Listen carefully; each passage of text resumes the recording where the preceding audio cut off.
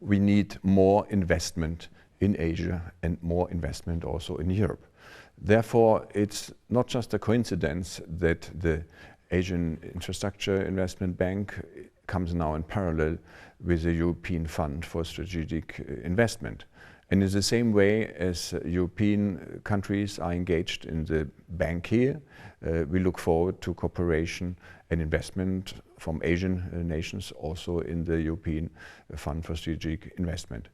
And it's very important that our financial institutions, the European Investment Bank on our side, and this new bank, of which 40 members obviously will be also shareholders from the European Union, work closely together.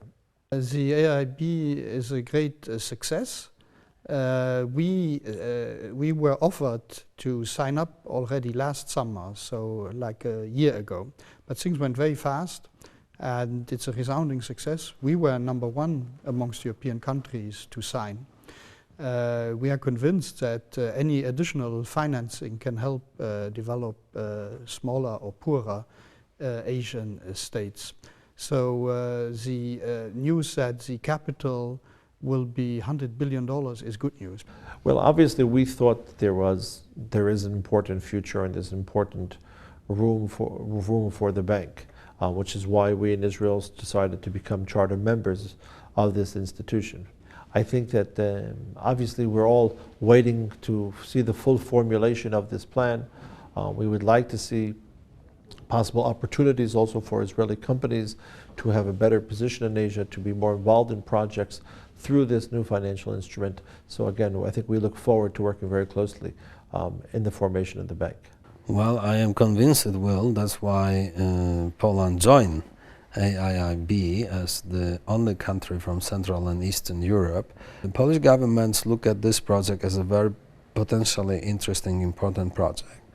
It is, of course, aimed at developing infrastructure in Asia, which is, again, obviously supportive institution for the One Belt, One Road concept, which is currently being focused on Asia, but in the future we expect it will be also embracing activities outside Asia. And this may be one of the most important financial institutions globally in the years to come.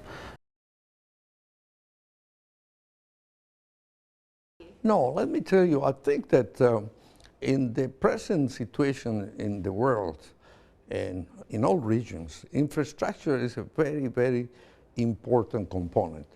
And I think that good institutions that can be created, well, that's a very good idea. And we should not look at them as a high competition to others.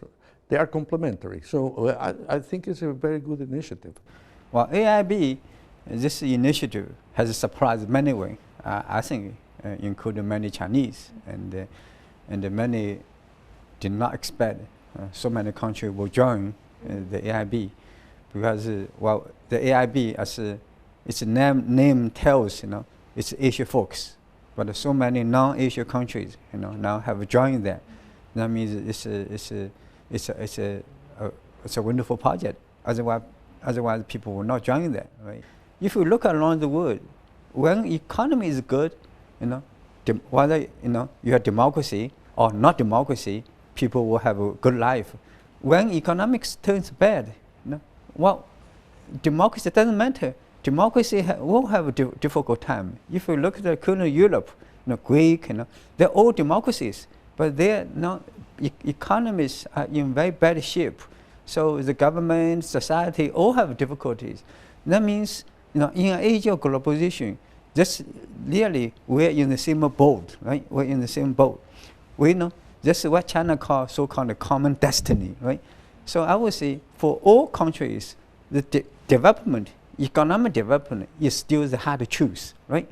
Without the economic, sustainable economic development, all countries, all economy will get trouble, right?